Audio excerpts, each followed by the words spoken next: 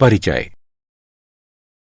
विद्यार्थियों, आज हम सातत्य एवं अवकलनीयता के बारे में सीखेंगे। मुझे कौन बताएगा कि एक फलन को सातत्य कब कहा जाता है?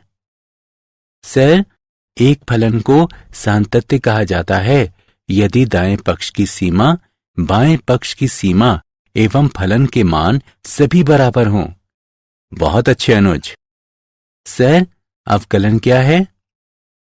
अवकलन फलनों के परिवर्तन की दर है। विभिन्न फलनों के अध्ययन के लिए अवकलन एक महत्वपूर्ण युक्ति है। सर, क्या हम किसी फलन का अवकलन कर सकते हैं? हाँ, क्यों नहीं। कुछ नियम होते हैं। यदि फलन उन नियमों का पालन करे तब हम फलन का अवकलन कर सकते हैं। इस पाठ में आप फलनों के सातत्य तथा अवकलनीयता के बारे में जानेंगे।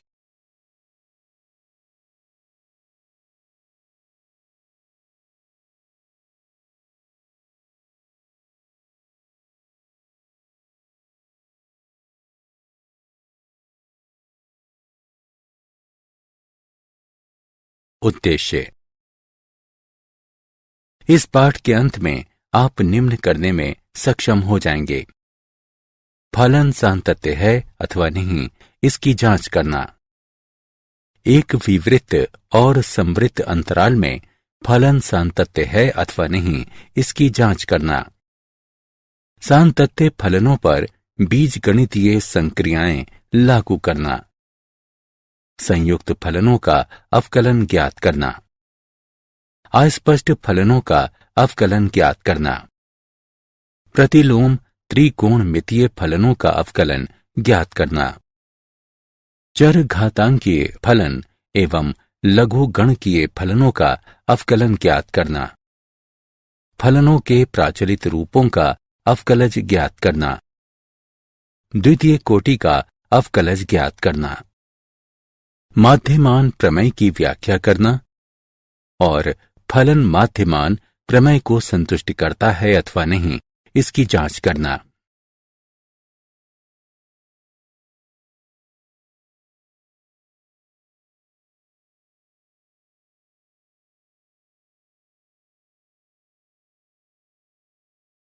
सातत्य। एक फलन f(x) को अभ्यंतर बिंदु x बराबर a या इसके प्रांत पर संतत कहा जाता है यदि limit x tends to a f(x) बराबर fa हो।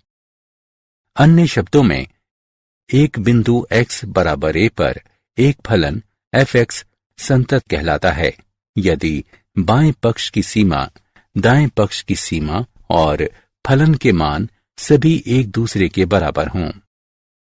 उदाहरण के लिए, y बराबर sin x एक संतत फलन है। यदि f a पर संतत न हो तब f a पर असंतत होता है तथा तब a f के असांतत्य का एक बिंदु कहलाता है। उदाहरण, निम्न फलन पर विचार करते हैं। जांच करें कि f(x) संतत है अथवा नहीं। हल। x बराबर 1 पर बाएं पक्ष की सीमा बराबर निम्नलिखित है। x का मान 1 घटा h रखते हैं, अतएव बाएं पक्ष की सीमा निम्नलिखित होगी, जो कि गणना करके हल करने पर 1 प्राप्त होगी।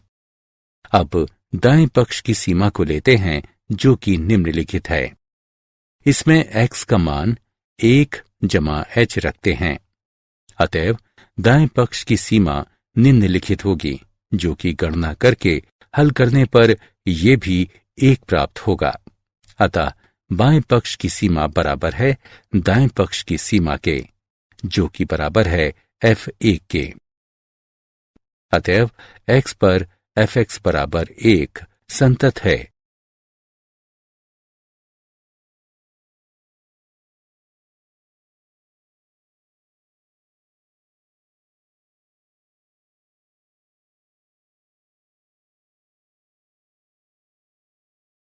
सातत्य। विवृत्त अंतराल पर सातत्य। एक फलन f(x) को विवृत अंतराल ए बी का संतत कहा जाता है यदि वो ए बी के प्रत्येक बिंदु पर संतत हो। संवृत्त अंतराल पर सातत्य। एक फलन f(x) को एक विवृत अंतराल ए बी पर संतत कहा जाता है यदि x बराबर a पर f(x) दाएं से संतत है, x बराबर b पर f(x) बाएं से संतत है, विवृत अंतराल a b के प्रत्येक बिंदु पर f(x) संतत है।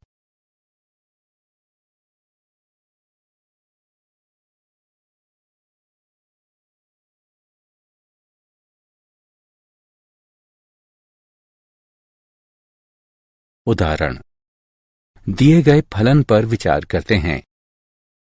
जांच कीजिए कि f(x) संतत है अथवा नहीं। हल।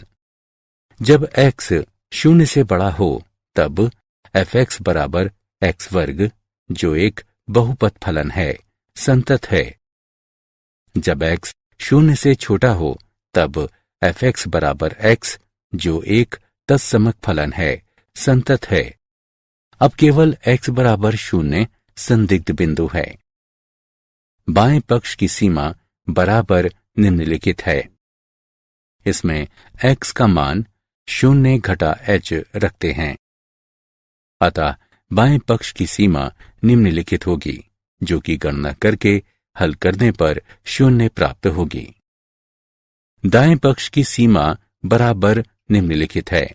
इसमें x का मान 0 जमा h रखते हैं। अतः दाएं पक्ष की सीमा निम्नलिखित होगी, जो कि गणना करके हल करने पर यह भी 0 प्राप्त होगी। अब f(0) बराबर 0 है। अतः बाएं पक्ष की सीमा बराबर है दाएं पक्ष की सीमा के, जो कि बराबर है f(0) के। f(x) x बराबर 0 पर संतत है। अतएव f(x) संतत फलन है।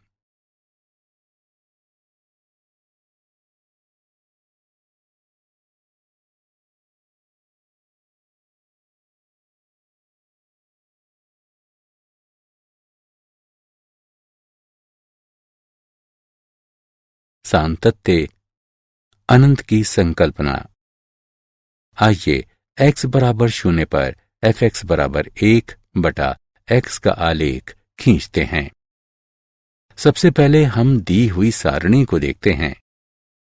ये देखा गया है कि दाएं पक्ष से x का मान 0 के निकट है, अतः f(x) का मान अधिक से अधिक हो जाता है। इस प्रकार x के मान को 0 के निकट चुनकर हम f(x) को अधिकतम कर सकते हैं।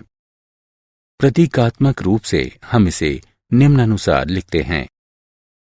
जब हम x बराबर 0 के निकट दाएं तरफ से f(x) के निकट पहुंचते हैं, तब हम निम्नलिखित प्राप्त करते हैं।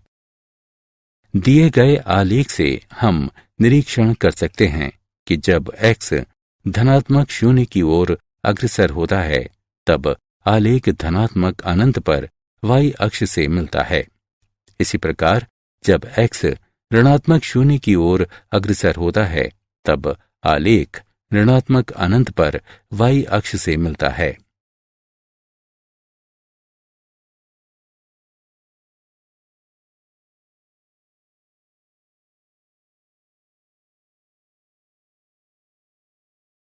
संतत फलन का बीजगणित। प्रमेय 1। मान लीजिए कि f तथा g दो ऐसे वास्तविक फलन हैं जो वास्तविक संख्या a के लिए संतत हैं। तब x बराबर a पर f जमा g संतत है।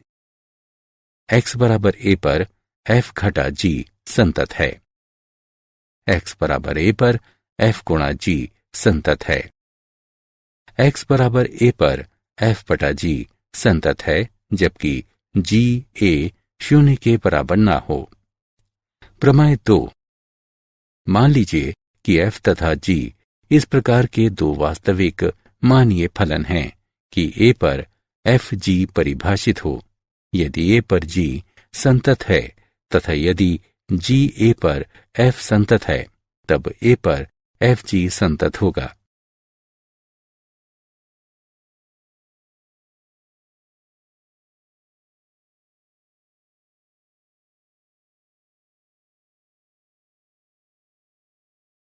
उदाहरण, माना कि एफ एक्स बराबर 2x घटा 1 तथा जी एक्स बराबर x जमा 5 बटा 2 है। एफ जी एक्स का फलन ज्ञात कीजिए। हल, दिया है जी एक्स बराबर x जमा 5 बटा 2, इसलिए एफ जी एक्स बराबर है एफ जी एक्स के, जो कि गणना करके हल करने पर x जमा 4 के बराबर होगा।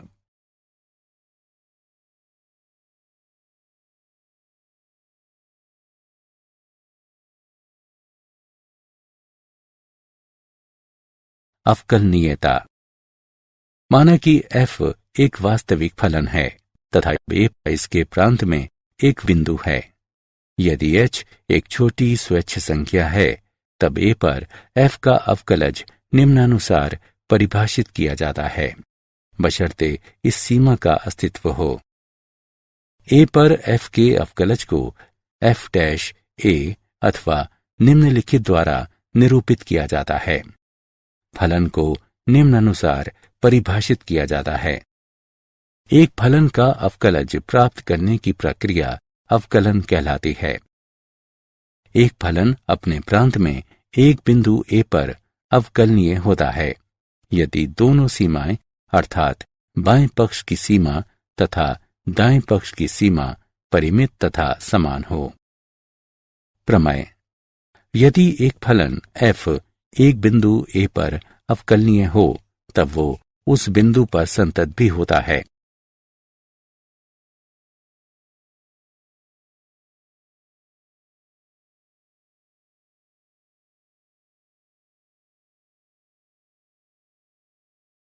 अवकलनीयता सूत्र, कुछ निम्नलिखित सूत्र इस प्रकार दिए हुए हैं।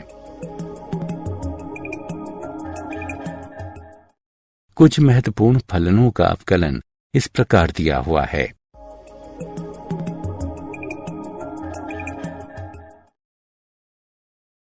संयुक्त फलन का अवकलन, माना कि y बराबर एफ टी और t बराबर जी एक्स है, जहां f और g दोनों अवकलनीय फलन हैं, तब y बराबर एफ जी एक्स x का एक फलन है तथा अवकलनीय भी है। हम लिख सकते हैं dy बटा dx बराबर dy बटा dt गुणा dt बटा dx। अवकलन की इस विधि को अवकलन के श्रृंखला नियम यानी चेन रूल के रूप में भी जाना जाता है।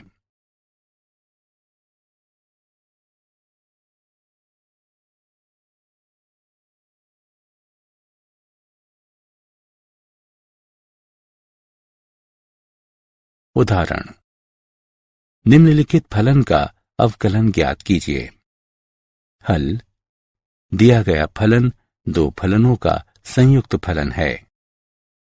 माना कि t बराबर x वर्ग तथा v t बराबर cos t है।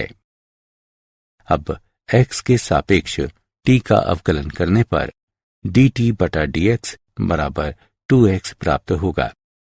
अब t के सापेक्ष vt का अवकलन करने पर dv बटा dt बराबर d बटा dt cos t बराबर घटा sin t प्राप्त होगा। अतः श्रृंखला नियम से df बटा dx बराबर dv बटा dt गुणा dt बटा dx बराबर घटा sin x वर्ग गुणा 2x प्राप्त होगा। t बराबर x वर्ग का मान रखने पर घटा sin x वर्ग गुणा 2x जो कि बराबर है घटा 2x sin x वर्ग गुणा 2x प्राप्त होता है।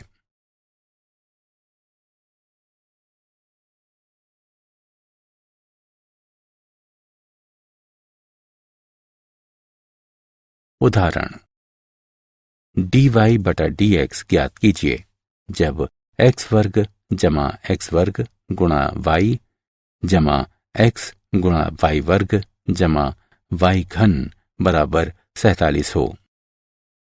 हल। निम्नलिखित समीकरण दिया गया है। एक्स के सापेक्ष अवकलन करने पर हमें निम्नलिखित प्राप्त होता है। dy बटा dx को छोड़कर दाएं पक्ष में पदों का स्थानांतरण करते हैं तथा बाएं पक्ष से dy बटा dx को उभयनिष्ठ लेने पर हमें निम्नलिखित प्राप्त होता है।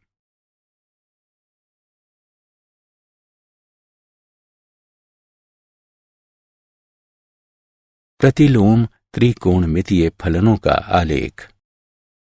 यहां दो आलेख दिए गए हैं। इनमें से एक साइन व्युत्क्रम x का आलेख है तथा दूसरा कॉस व्युत्क्रम x का आलेख है।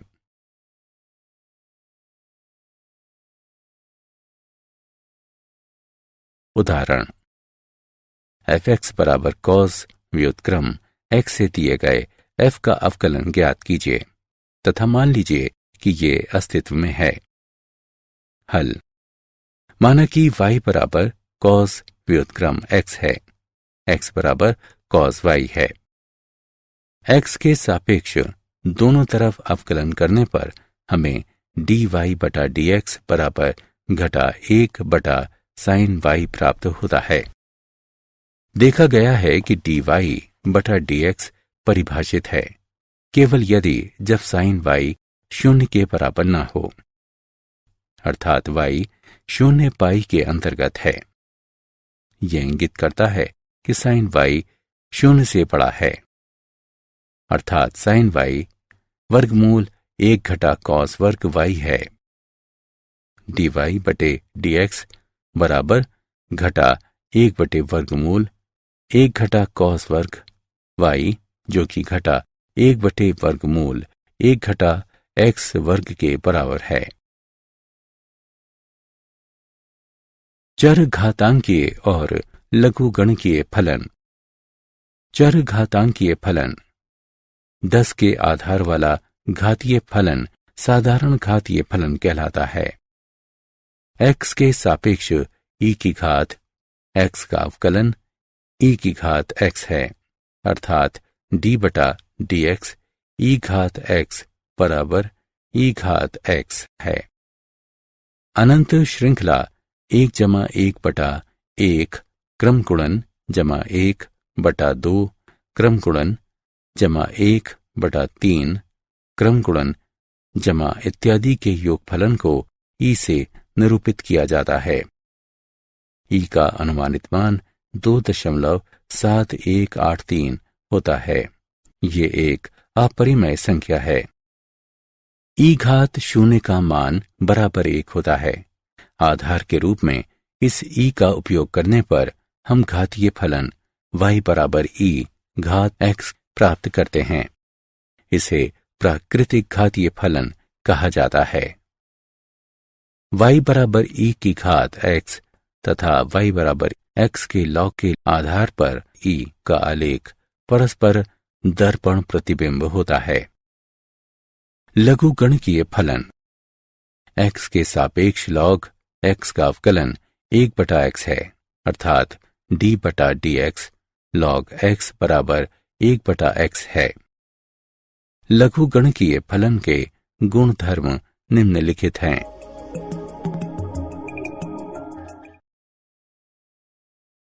उदाहरण x के सापेक्ष e की घात sin x का अवकलन ज्ञात कीजिए। हल। माना कि y बराबर e की घात sin x है। श्रृंखला नियम का उपयोग करके इसे हल करने पर हमें e घात sin x गुणा cos x प्राप्त होगा।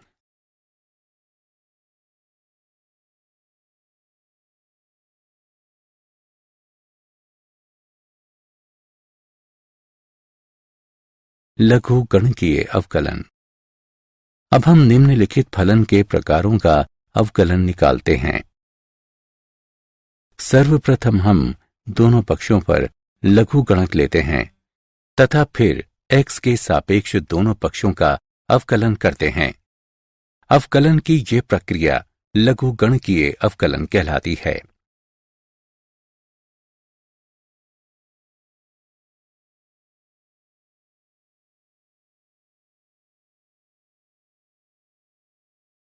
उदाहरण, x के सापेक्ष x की घात x का अवकलन करते हैं। हल, माना कि y बराबर x की घात x है। दोनों पक्षों का लघुगणक लेने पर हमें log y बराबर x गुणा log x प्राप्त होता है। x के सापेक्ष अवकलन करने पर हमें 1/y गुणा dy बटा dx बराबर x गुणा 1/x जमा log x जो कि बराबर 1 जमा log x है। dy बटा dx बराबर y गुणा 1 जमा log x। इसे समीकरण 1 से चिन्हित करें। जैसा कि हम जानते हैं कि y बराबर x की घात x है, तो y का मान समीकरण 1 में रखने पर हमें dy बटा dx बराबर x की घात x गुणा 1 जमा log x प्राप्त होता है। फलनों के प्राचलित रूपों के अवकलज।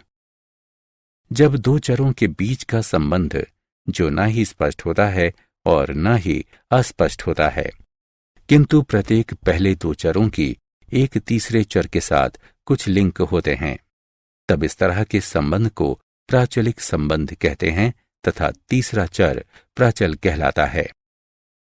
इस तरह के फलनों का अवकलन करने के लिए हम श्रृंखला नियम का उपयोग निम्नानुसार करते हैं। उदाहरण, dy बटा dx ज्ञात कीजिए यदि x बराबर साइन t, y बराबर cos 2t है। हल, हमारे पास x बराबर साइन t, y बराबर cos 2t है। t के सापेक्ष अवकलन करने पर dx बटा dt बराबर cos t, dy बटा dt बराबर घटा 2 साइन 2t हमें प्राप्त होता है। इस प्रकार श्रृंखला नियम से गणना करके हल करने पर हमें घटा 4x प्राप्त होता है। अतः dy बटा dx बराबर है घटा 4x के।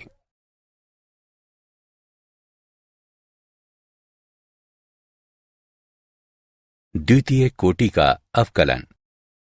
यदि y बराबर fx एक अवकलनीय फलन है, तब इसके प्रथम अवकलन को निम्नलिखित द्वारा निरूपित किया जाता है। पुनः यदि f डैश x अर्थात fx का प्रथम अवकलज भी अवकलनीय होगा, तो हम उसका अवकलज प्राप्त कर सकते हैं, जिसे f डैश x का द्वितीय अवकलज कहा जाता है।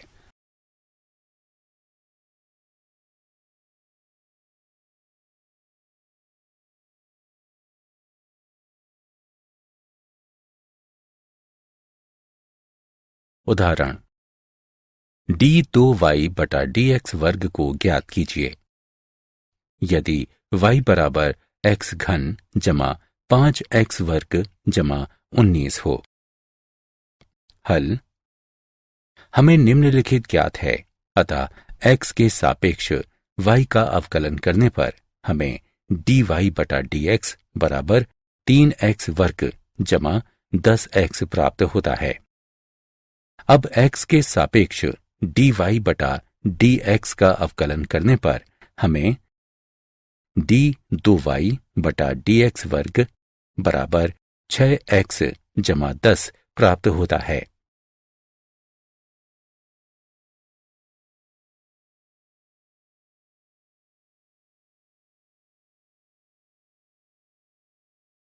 माध्य मान प्रमेय।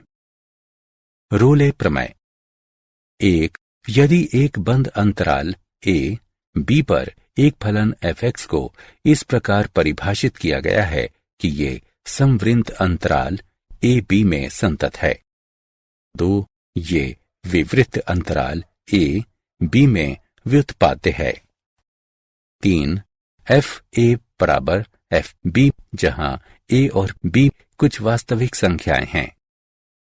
तत्पश्चात ए और बी के बीच निहित कम से कम एक संख्या c इस तरह अस्तित्व में है कि f' बराबर 0 है। रोले प्रमेय की ज्यामितीय व्याख्या। माध्यमान प्रमेय। यदि एक बंद अंतराल a b पर एक फलन f(x) को इस प्रकार परिभाषित किया गया है कि f(x) संवृत्त अंतराल a b में संतत है तथा f(x) विवृत अंतराल a b में व्युत्पाद्य है, तब a b के अंतर्गत c कम से कम एक वास्तविक संख्या अस्तित्व में है, जिसके लिए f' बराबर fb घटा fa बटा b घटा a है। प्रमेय का परिणाम व्यक्त करता है कि p और q के बीच के वक्र पर कम से कम एक बिंदु अस्तित्व में है, जहां बिंदु p और q से होकर जाने वाली जीवा वक्र की स्पर्श रेखा के समानांतर है, क्योंकि जीवा पी क्यू की ढलान एफ बी घटा एफ ए बटा बी घटा ए है तथा किसी बिंदु C पर स्पर्श रेखा अर्थात x बराबर C की ढलान f' है।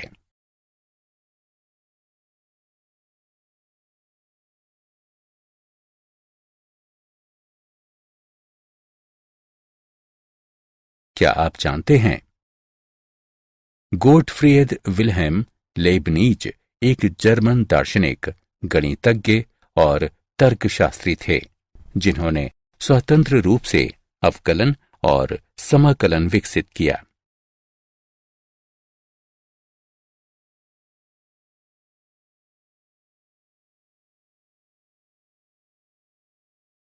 सारांश। आइए हमने जो कुछ सीखा है उसे संक्षेप में दोहराएं।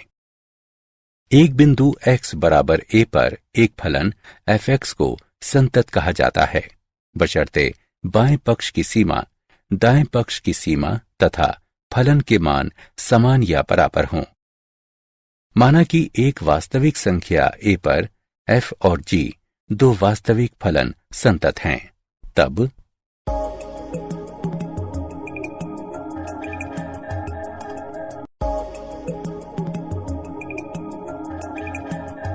फलन f(x) का अवकलन निम्न प्रकार से परिभाषित किया जाता है।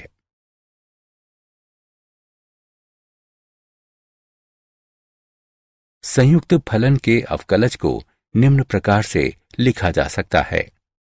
इस अवकलन की विधि को श्रृंखला नियम के रूप में भी जाना जाता है। आधार 10 वाला चर घातांकीय फलन साधारण चर घातांकीय फलन कहलाता है। x के सापेक्ष e घात x का अवकलन e घात x होता है। x के सापेक्ष log x का अवकलन 1/x होता है। प्राचलिक रूपों में फलनों का अवकलन करने के लिए हम श्रृंखला नियम का उपयोग करते हैं।